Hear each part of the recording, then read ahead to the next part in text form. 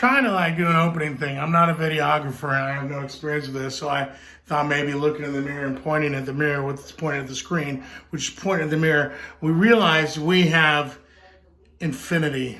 We've achieved it. It is so good to be on this ride with you all. Hey, it's Dave. I am back with a review of this rad mirror. It is beautiful. Let's take a look. Well, here, first, what is it? It's that. It's a Mbolyeer LED bathroom mirror. It is from Home Depot. And they sent it out for us to check it out. And it is really, really cool. Let me get back a little bit. And look how cool that thing is. So the first thing you notice is that our bathroom walls are this beautiful blue. Next thing you're going to notice is the backlight looks just killer on it. And then these three switches. We've got light, dimmer, and let's turn off. This is the defroster. We're in Phoenix. We don't need the defroster more than 3 or 4 months a year. And that's because we're kind of weak. But right now it's on because it's white. Hit it, it's blue, it's off. Here's your light. The dimmer comes on automatically. Now, I hardwired this, which just means I pulled our old fixture out and I clipped. This can be hardwired or plugged in, right? It comes with a plug. It says if you want to hardwire it, just clip it off. So I did. Now it's on this switch. So here we go. We're going to turn it off. And you can see everything is down. This might be a good way to look at the actual mirror. So great big mirror. I forget the size, 48 inches wide, and it's tall too. It has a gap. It stands off for that really, really beautiful LED on the wall effect. Really sleek. It's actually a plastic border. It looks aluminum, but it's plastic. And I'll tell you why that's good.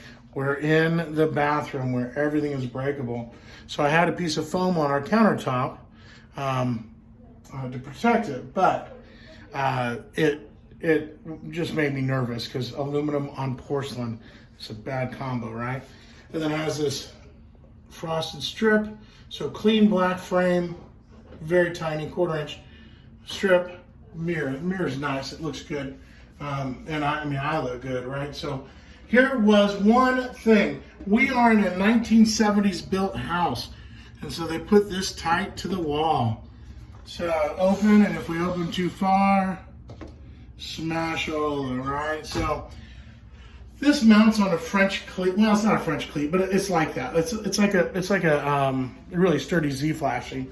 I think it's aluminum. I didn't pay attention. It's aluminum. Yeah, when I drilled it, it's aluminum. So there's a Z flashing. If you want to see what that looks like, check out my Home Depot review on this product at homedepot.com. But there's a Z flashing right here and right there. I would call it a French cleat, but it's not. It doesn't have angles on it. It's just tall. And so you screw it to the wall. I did a stud on this side and a stud on that side. And if you check out my photos, you'll notice that I thought I was going to hit a stud. My stud finder was a little generous, or the user was a little off, right? So all I did was drill over an inch, and I was smack dab in the center of the stud on that side. So then it has so the brackets are this long each. They're white, and it has 2 holes. And it comes with all the hardware you need. I took it out of here, but anyway, stainless screws and then a end wall. But it's a terrible one. Well, it's just fine. It's just a standard piece. If you were actually going to use this without mounting it to a stud, make sure to just get a toggle. Get one of those zippy ones. The toggles. It's a metal toggle, and it has like zip ties sticking out, and then you stick it right to the side.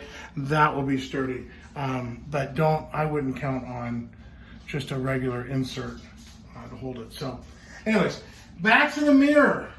It's easy to mount. It's peso. And so it's got a bracket on each side, and it just hangs there. I hung it the first time with my oldest have a little help, but the second time I wired it, it was sitting on the sink here, just sitting right there on the foam.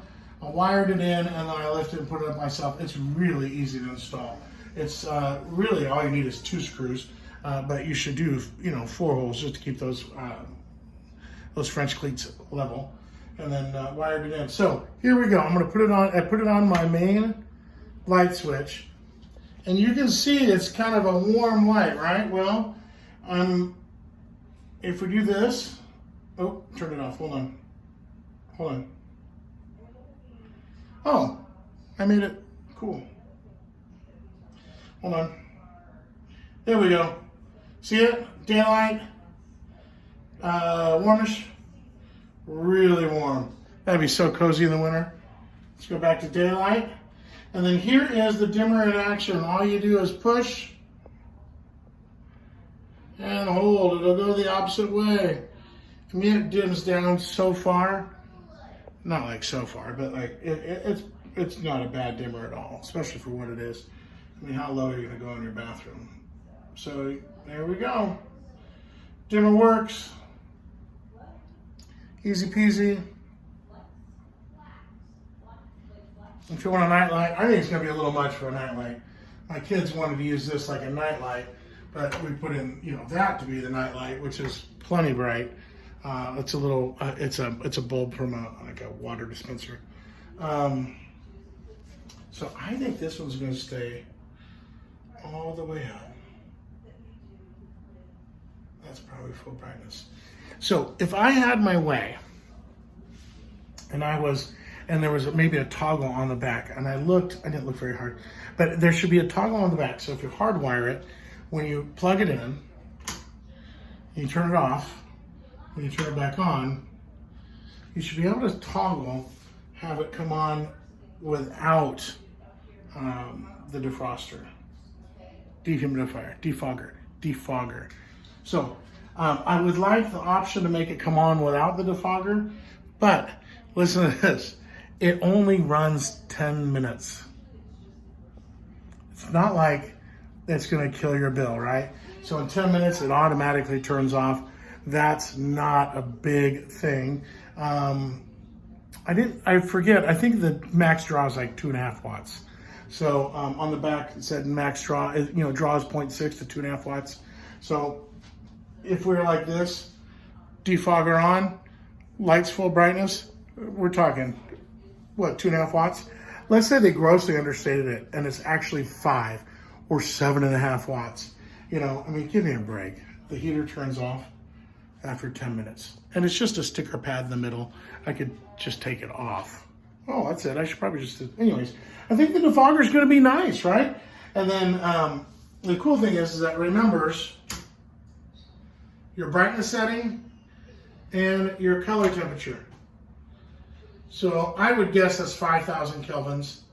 And I think it looks nice. But really what's impressive is this underglow. I mean, that looks so cool. Let's see what it looks like from the side. There you go. That's what it looks like from the side. So if you're in a bath and you're leaning against the wall, as one does, you're just kind of snuggling your head up against the wall. No, it doesn't. Anyways, that's your underglow. So I think that looks amazing. So there it is. Color selectable, dimmable, defrosting, LED front and sides underglow, and it doesn't stick out super far, right? Like that is not a big, what is that, 1.5 inches maybe? It just so happens though that this is like 1 inch. So that's only, for us, that's the only thing. Most houses anymore are built, and this is over, because people have framed mirrors. I mean, they just have a lot prettier fixtures in their home than a flat mirror, old school flat mirror. So, what else do you want to hear? I'm out of thoughts.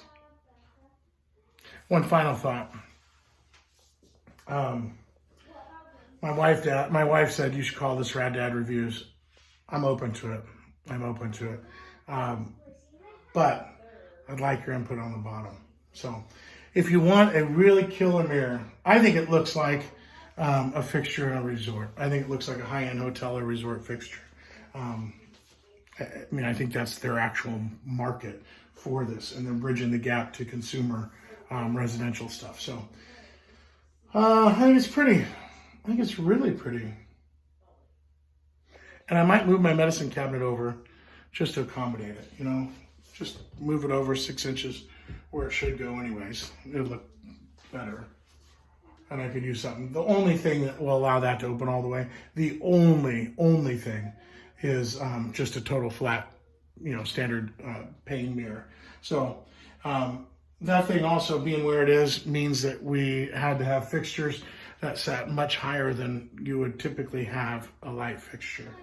Just because it's a 1978 built house. So anyways, hey, thanks for tuning in. Let me know what you want to see next.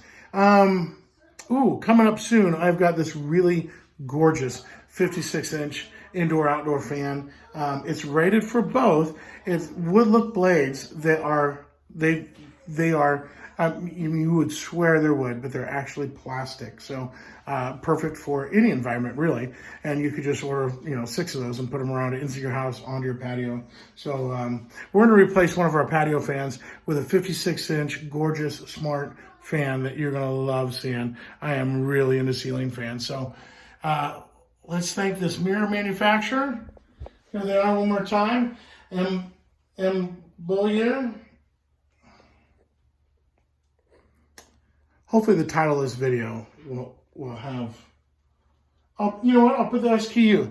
I put the SKU, it's SRW KM006 S3R12191. Just kind of rolls off your tongue, doesn't it? So I'll go ahead and put that in there.